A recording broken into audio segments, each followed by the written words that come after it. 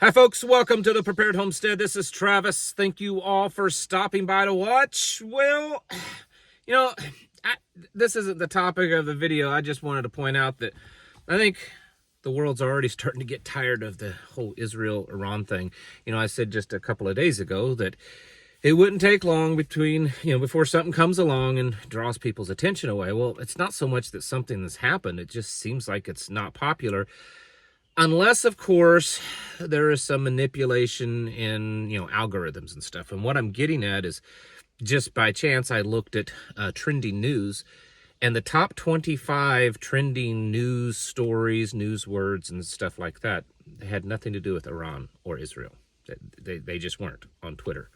And, of course, that can change from time to time, but I think people are already getting tired of it.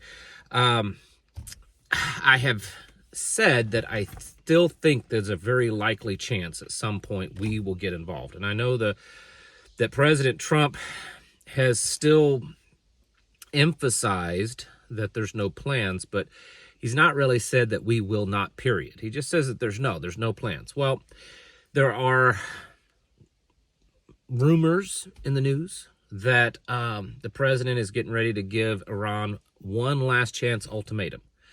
You either accept these deals that, are approved by Israel. That's the thing. They have to be, Israel has to agree with it. So if it's something that Israel would agree with it's going to be pretty serious, but probably even more so at this point. And so the story is that he's going to propose this deal to them and that they have to accept it or else, as that gloves are off. At the same time, there's also a news story floating around that's unconfirmed that the Pentagon, the chiefs, the experts at the Pentagon, have developed a plan for the United States to become directly involved in this, and it's just waiting for President Trump's approval. So those two stories, I think, fit together very well. I think it's getting pretty likely. I mean, I know there's the chance that Iran will just lay down their arms and give up. But maybe it'll happen.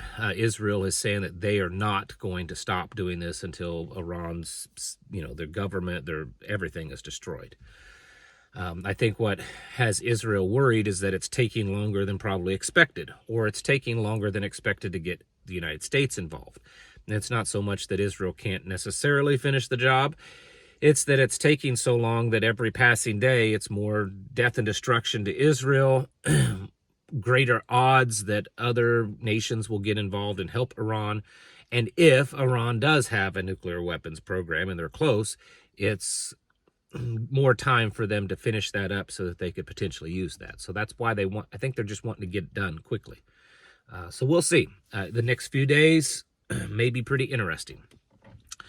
Do want to switch gears because apparently, like I said, people are getting tired of the whole Iran-Israel thing. And I want to talk about something else that was spoken of it was actually just before all of this stuff happened.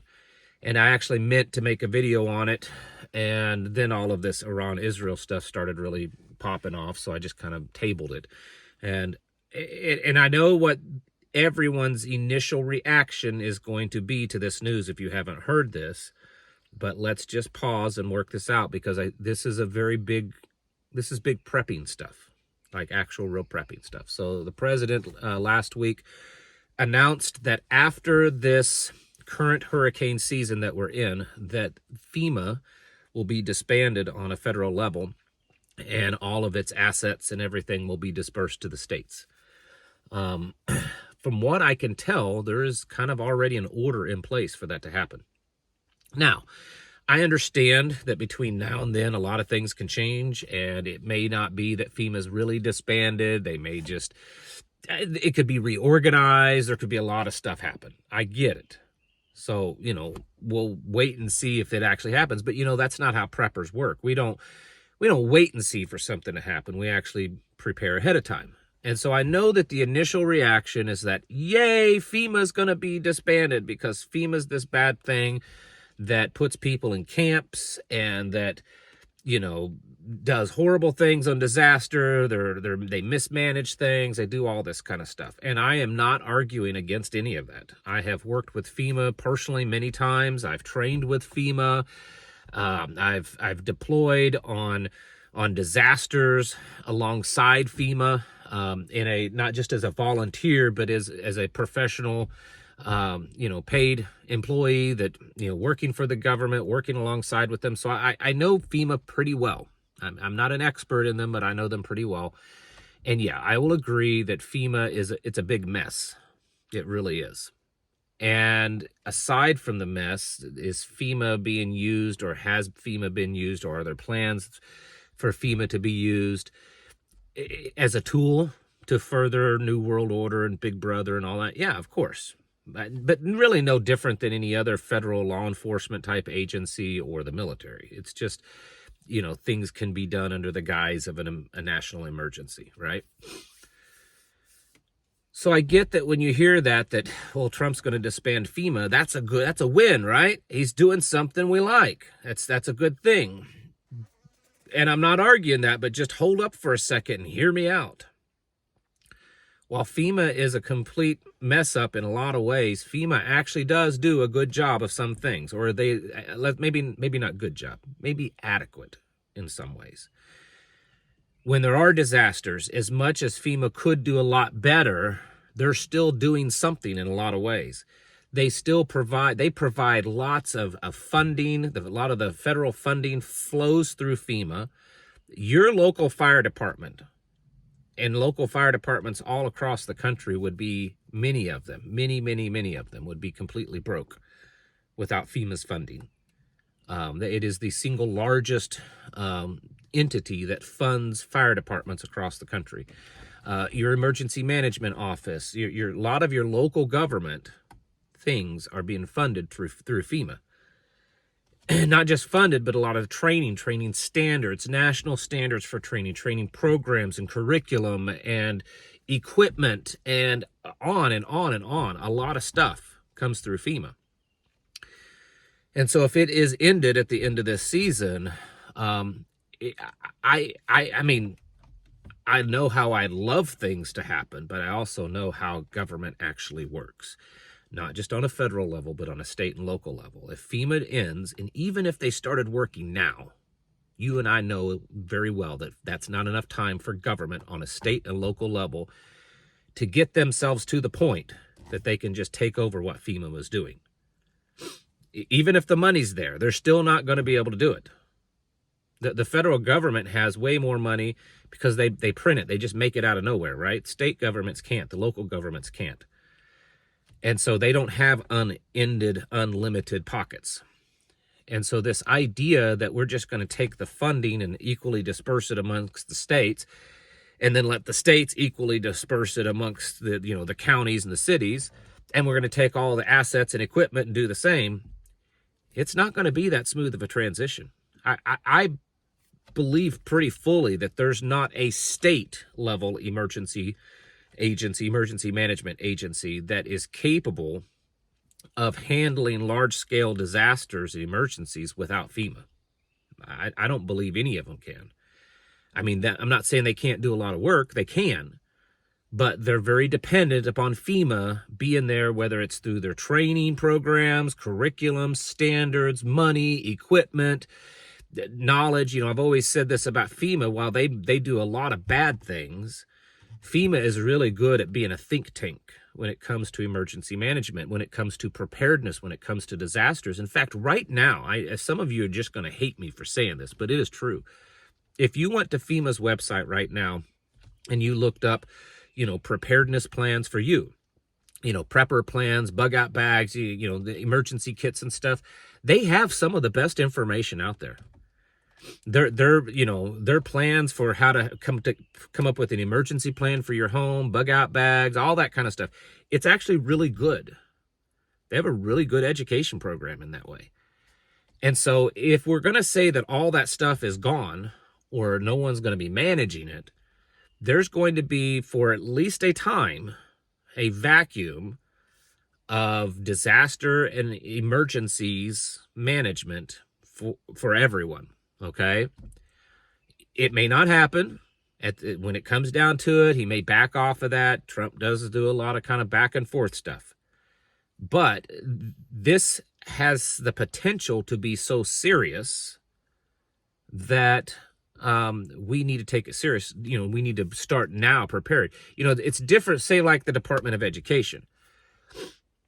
If the Department of Education ceased to exist, your local schools can still teach. The teachers still can teach. The curriculum out there is all printed by private companies and stuff. It's just, the Department of Education may set standards, but the state can do that. The only big difference is certain standards that are done on a national level, those can just be done in the state and the local, and then money. But the actual functions of day-to-day schoolwork, it's gonna be fine. Whereas emergency management for disasters, emergencies and stuff, the bulk of it is with FEMA. On your local level, it's very possible that your town, unless you live in a bigger town, a bigger county that has, good money flow and everything, your small communities, emergency management, it's not that they don't know what they're doing. They don't have a lot. Sometimes it's just a couple of people that run the whole thing, that run the whole county. And so when there's a disaster that happens, they're highly dependent upon state and federal assets to come in because they don't have that. They may have volunteers, but it's not like they have paid full-time teams that devote themselves and their training and everything. So every day they're just consuming this. Every day they're working on it. That doesn't happen that much. And so if FEMA ceased to exist, there's not a lot. It's not as much as you guys think on a state and local level that can just immediately take over and handle it. If a major tornado, if a major flood, a major earthquake, something like that happened, hurricane, it's going to be very difficult for state and local officials to handle it without FEMA's assistance. And I know that so many people hate that. I mean, I still work with FEMA a lot now.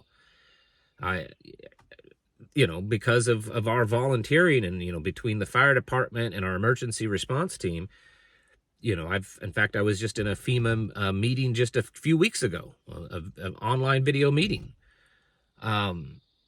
And I'm telling you, they're worried. FEMA employees are worried because they don't know what's going to happen. It's not just that they're worried about their jobs. They're worried about what's going to happen because it's just going to create this big vacuum, and it just take it away and say, okay, now here, you guys go do this. That's dangerous. Now, I'm not saying it shouldn't happen. That's not what I'm saying. I'm a rip the Band-Aid off kind of guy anyways. What I am saying is that you need to be preparing for this possibility as an individual, as a family, as a mag, a crew, a team, or whatever, and then within your own community. If there are volunteer community groups that kind of help out when there's, disasters and emergencies and stuff, maybe you should be part of that. And if your community doesn't have one of those, maybe you should start one. As an individual, as a little tribe or whatever you have going, you guys need to be aware of this and realize that as much as you may not like FEMA, they do fulfill some needs in an emergency and disaster that may not be there now, or at least soon. And so you need to step it up on your own.